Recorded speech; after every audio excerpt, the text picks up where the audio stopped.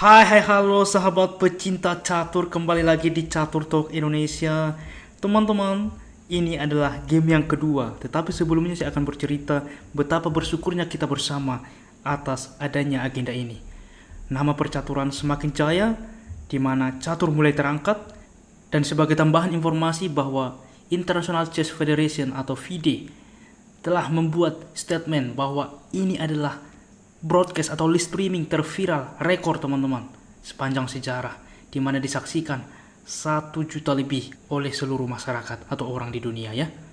Dan juga beberapa perusahaan media sudah membuat berita tentang bagaimana Didi Kebuzer pecahkan rekor dengan membuat acara ini, duel catur Dewa Kipas menghadapi International Master Iren Karisma Sukandar.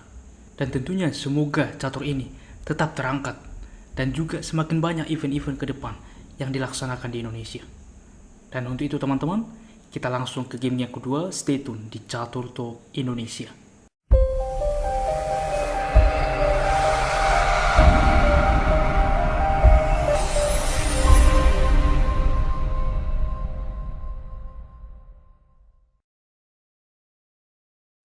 Baiklah kawan-kawan, kita langsung ke permainan. Di sini saya akan membawakan dengan jelas dan juga lumayan pelan, karena kebetulan dari video sebelumnya banyak juga yang lumayan pemula. Di sini Dewa Kipas Putih memulai langkah dengan pion ke D4, di mana sebelumnya Iren memulai E4, tergolong agresif. Di sini tergolong posisional. Oke, D4. Kuda ke F6. Ini adalah mainland atau balasan setelah pion ke D4, dinamakan dengan pertahanan India. Oke. Kuda ke F3, E6, E3, mengaktifkan gajah ke depan, dilanjutkan dengan rokade dari Bapak Dadang Subur. Pion ke B6, di sini ke depan dengan mengaktifkan fianchetto gajah. Gajah ke E2, mempersiapkan rokade, gajah ke B7, kuda B ke D2. Dikomentari oleh Grandmaster Susanto Magaranto, kita lihat bahwa Bapak Dadang Subur lebih menguasai atau menyukai kuda, di mana di posisi ini dengan langkah kuda ini sebelumnya telah menghalangi akses gajah. Gajah ke E7, mempersiapkan juga rokade ke depan, pion ke A3, pion ke C5, pion ke C4. Sebelumnya mungkin ada yang bertanya, "Bang, bagaimana jika pion memukul pion?" Ini akan dibalas dengan pion B memukul kembali teman-teman. Lihat, hitam ke depan akan lebih bagus menguasai petak pusat. Ini prinsip catur ya. Sehingga di posisi ini Bapak Dadang Subur memainkan C4, rokade, begitupun dengan putih D5. Kita lihat bagaimana kedua pemain, begitupun dengan Iren Karisma Sukandar, mengcounter attack, ingin menguasai petak pusat. Permainan dilanjutkan dengan kuda ke E5, menempatkan kuda di posisi strategis. Tetapi komentator mengatakan bahwa ini terlalu cepat.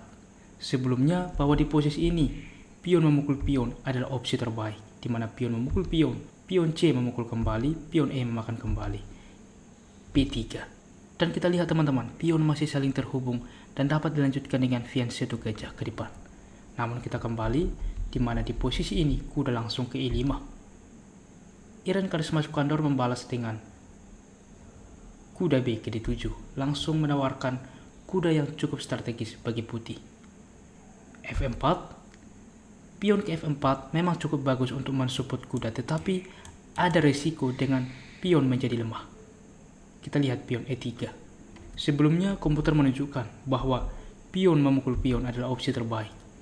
Kuda menerima, kuda ke C4, menghubungkan kuda satu sama lain.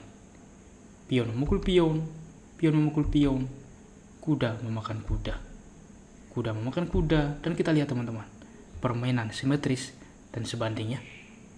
Namun kita kembali ke partai aslinya, di mana di posisi ini F4 dibalas dengan benteng ke C8.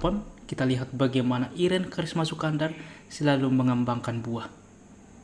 Gajah ke F3, langsung ke depan mengancam pion, di mana di sini gajah hitam tidak terlindungi. Kuda ke E4, langsung membatasi akses dari gajah. B3 untuk mempersiapkan fianchetto pengaktifan gajah, karena gajah ini belum aktif. Di posisi ini Iren Karisma Sukandar memainkan dengan kuda D ke F6. Mungkin ada yang bertanya, terlihat ya bahwa pion ini menjadi lemah ke depan? Bagaimana bang jika pion C memukul pion? Dimana setelah pion memukul pion, kuda memukul kuda, pion memakan kembali. Di sini pion memukul pion, membuka akses menteri, dimana langsung memforking raja dan benteng ya. Tetapi ini akan dibalas dengan kuda memukul kuda teman-teman. Kita lihat di sini juga menteri melindungi pion. Untuk itulah cukup hati-hati ya, sehingga Grandmaster wanita Iren Karisma Sukandar memainkan dengan kuda ke F6. Tetap melakukan pengembangan. Kita lihat mungkin saja ke depan akan menukarkan kuda untuk mengaktifkan kuda ke depan dan mengusir kuda ini dengan pion yang ada di F7 ke F6. Permainan dilanjutkan dengan gajah GB2 sesuai rencana, sehingga Iren Karisma Sukandar melanjutkan dengan kuda memukul kuda. Kita lihat sesuai rencana ya. Menteri memakan, kuda aktif mengancam menteri ke D3. Sebelumnya teman-teman bahwa menteri ke E2 adalah opsi yang cukup bagus, di mana juga mensupport gajah ke depan menguasai diagonal ini. Semisal F6 ini adalah rencana selanjutnya dari hitam, di mana sudah mengaktifkan kuda, langsung menghilangkan kuda yang cukup aktif dari putih. Di mana semisal gajah memukul kuda, pion memakan kembali kuda ke G4, maka kita lihat di sini menteri sudah mensupport kuda ke depan, di mana ada tempo menteri ke E8 misalkan sesuai rencana nantinya yang akan kita lihat. Di sini menteri sudah ada di E2. Tetapi kita akan melihat bedanya teman-teman. Kita kembali di mana di posisi ini menteri ke D3. Maka akan dilanjutkan dengan pion ke F6 sesuai rencana sebelumnya, kuda ke G4, menteri ke E8. Kita lihat bedanya ya. Menteri tidak ada untuk mensupport ke depan. Benteng ke C1, menteri ke G6, pion ke H3, langkah yang kurang akurat atau kesalahan dari putih. Di posisi ini harusnya ialah dengan menteri ke E2, di mana tetap seperti posisi yang sudah dianalisa sebelumnya. Di sini adalah petak strategis bagi menteri. Pion memukul pion, maka pion memukul pion, dan permainan pun masih cukup kuat dan layak untuk dilanjutkan, walaupun secara statistik di sini hitam lebih baik. Kita kembali di mana di posisi ini pion ke H3, maka ini akan memperlemah petak yang ada di G3 ini, sehingga akan ditempati oleh menteri ke depan. Benteng ke D8, kita lihat begitu sabar Grandmaster wanita Iren Karisma Sukandar, raja ke H2. Karena di sini tiada lagi yang bisa dilakukan oleh putih ya. Sebelumnya apabila gajah memukul kuda, maka di sini pion memakan kembali. Menteri ke E2, di sini F5. Kuda ke E5, maka menteri ke G3. Kita lihat teman-teman. Tetapi pilihan ini justru lebih baik karena ke depan bisa jadi putih menukarkan menteri. Tetapi kita akan melihat bedanya dengan jelas bahwa di sini cukup sulit untuk menemukan langkah Bapak Dadang Subur memainkan dengan raja ke H2. Dilanjutkan dengan H5, langsung mengusir kuda. Dan di sini adalah posisi kritikal di dalam permainan ini, di mana putih memainkan F5 teman-teman. Total blunder. Sebelumnya bahwa kuda kembali masih cukup lebih baik, karena ini adalah langkah satu-satunya untuk tetap membuat posisi ini ada sedikit perlawanan. Di mana semisal menteri ke G3 skak, raja harus ke G1 ya. Apabila raja ke H1 teman-teman, ini blunder karena kuda akan hilang. Jelas di sini kualitas hitam lebih baik. Oleh karena itulah di posisi ini raja harus ke G1, di mana apabila kuda memukul kuda, benteng memakan, dan di sini benteng disupport oleh raja. Dan kita kembali, saya akan menunjukkan kepada Anda. Sebenarnya walaupun sudah dikembalikan kuda ini adalah langkah terbaik. Di posisi ini tetap hitam lebih baik. Di sini hitam akan melanjutkan dengan pion memukul pion, akan menukarkan semua perwira teman-teman. Pion ke E5, maka kita lihat pion memukul pion, menteri ke G3 skak, raja ke G1, kuda ke G5. Kita lihat di sini mengancam gajah, di sini pion sedang terpaku, di mana apabila berhasil memukul gajah ini, raja berpindah, maka skakmat. Oke, sehingga menteri ke F5 adalah satu-satunya perlindungan. Kuda tetap memukul gajah skak, menteri memakan pertukaran. Maka kita lihat di posisi ini akan selalu ditukarkan, sehingga struktur kita akan melihat bagaimana perbedaannya. Lihat, di sini pion hitam saling terhubung, sedangkan pion putih semua berserakan, di mana cukup lemah dan gampang untuk dieksekusi oleh hitam ke depan. Dan di sini pun komputer menunjukkan hitam sangat unggul. Namun kita kembali ke partai aslinya. Di posisi ini, Bapak Dewa Kipas memainkan dengan pion ke F5, jelas dimakan saja ya.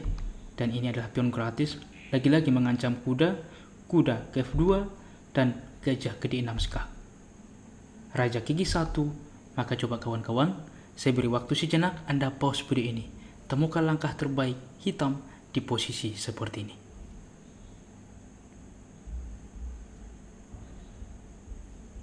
Bagaimana teman-teman? Selamat bagi yang menemukan langkah itu ialah dengan menteri gigi 3. Ancaman skakmat 1 langkah. Sehingga kuda memukul kuda di mana dapat ke depan melarikan raja ya. Di sini setelah pion memakan, kita lihat di sini memforking menteri dan gajah, lagi-lagi hitam akan menang 1 perwira in the end.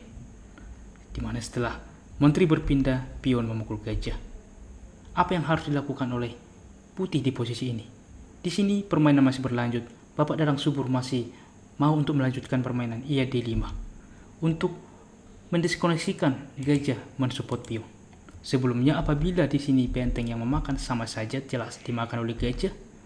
Menteri ke F2, di sini menteri ke H2 skak, raja ke F1, menteri ke H1 skak, menteri menutup, gajah memukul pion skak, raja ke F2, menteri memukul menteri, benteng memakan, maka di sini gajah memukul pion. Kita lihat teman-teman. Hitam begitu unggul bukan? Dan kita kembali di posisi ini dengan pion ke D5, maka jelas dilanjutkan dengan menteri ke H2 skak, raja ke F2, dan setelah menteri memukul pion skak, di sini juga Bapak Dewa Kipas menyerah. Karena apa beliau menyerah? Karena satu-satunya langkah ialah raja berpindah ke E1, maka gajah gigi 3 skak. Raja ke D1, benteng hilang dimakan oleh menteri skak. Raja ke C2, maka di sini kita lihat menteri memukul pion. Jelas pion juga akan bentar lagi promosi. Kita lihat unggul 1 perwira, jelas unggul permainan, dan untuk itulah putih menyerah. Bagaimana teman-teman permainan ini? Dan semoga bermanfaat dan menginspirasi, membantu bagi sahabat yang bertanya ya, dan juga yang merequest partai ini tentunya. Dan seperti biasa di akhir permainan kita selalu memberikan fajal. Selamat menjawab melalui kolom komentar. Berikut teman-teman fajalnya, temukan langkah terbaik bagi hitam dan memenangkan permainan. Oke, hitam melangkah dan menang.